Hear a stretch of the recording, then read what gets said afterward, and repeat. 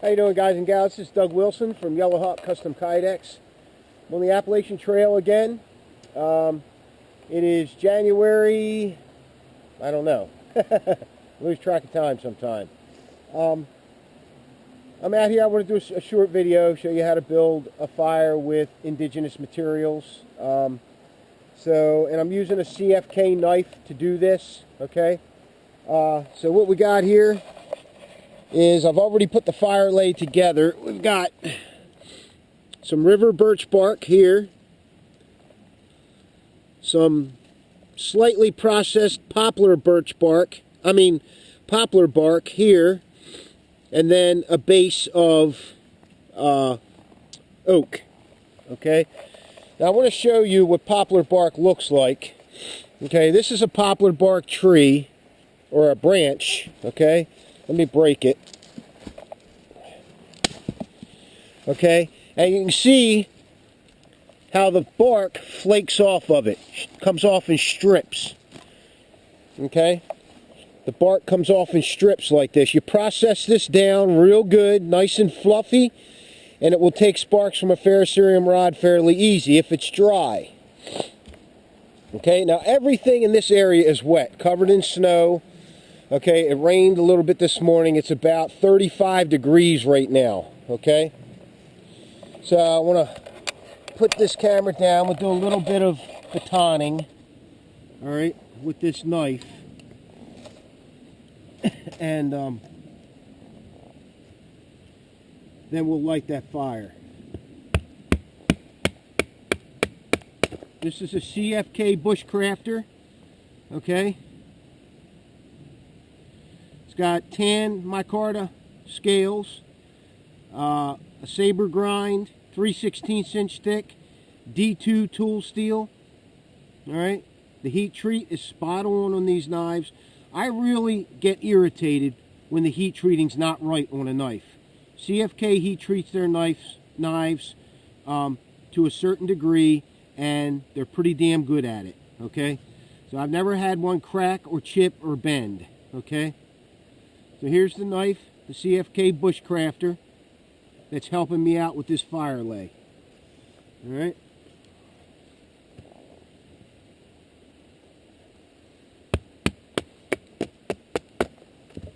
Tell you, this wood's even wet on the inside. That's crazy.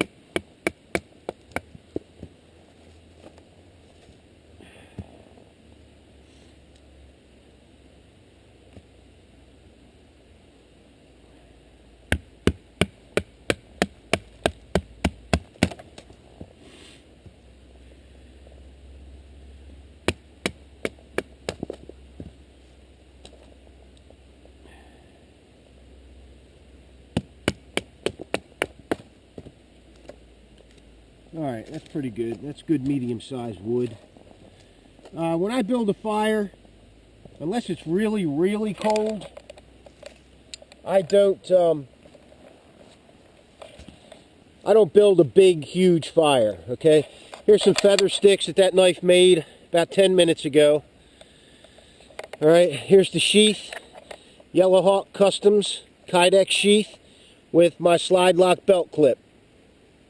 Alright, this is my personal knife. Figured I'd come out and show you guys a little bit about it.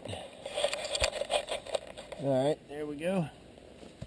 Alright, so basically what I got here, got the river birch bark, okay, then some tulip poplar bark, processed slightly. It doesn't have to be too much because this is what's going to catch the flame.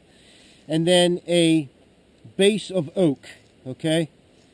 So everything's pretty damp out here. This might take a few shots to get going here. Okay, I just fluff it up and then shoot some sparks onto it.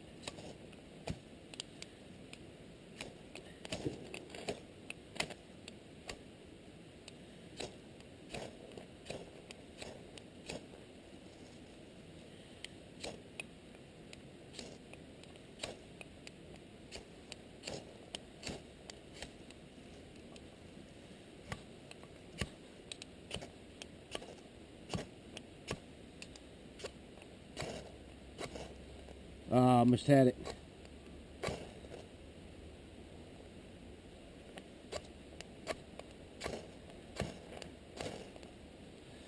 There we go. Everything's nice and damp out here, so lucky me. Alright, you see how this bark goes up pretty well. Alright. Then you want to take your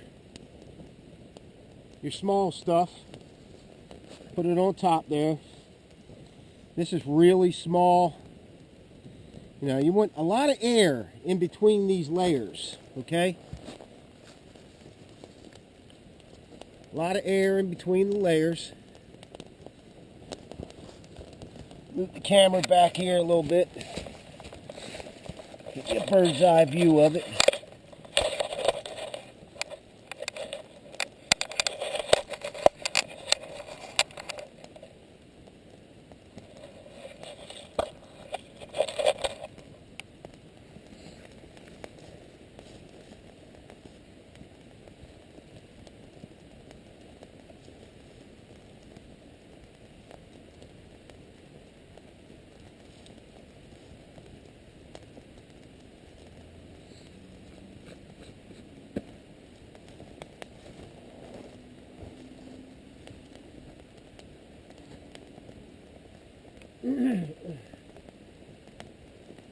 Now, as you can see, I don't do a lot of, you know, takes after takes after takes so that it strikes on the first strike, okay?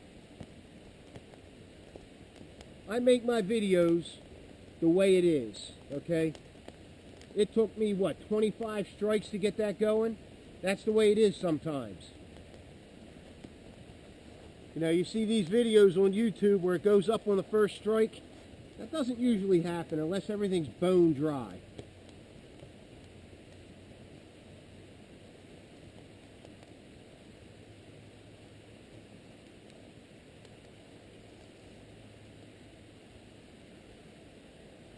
Now I have a tool. I'm doing this on purpose. I'm going to try to smother it. Okay? And I have a tool that I want to show you how to breathe this thing back into life.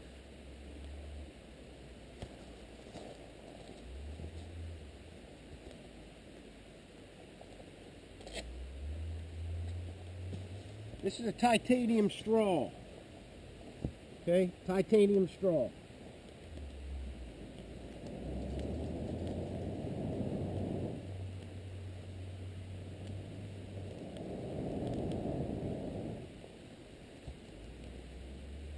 It puts the air exactly where you want it.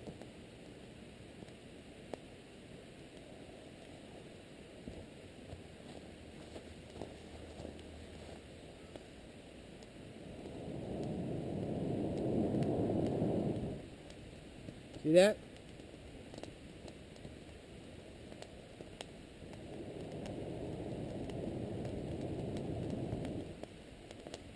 All right, there it is.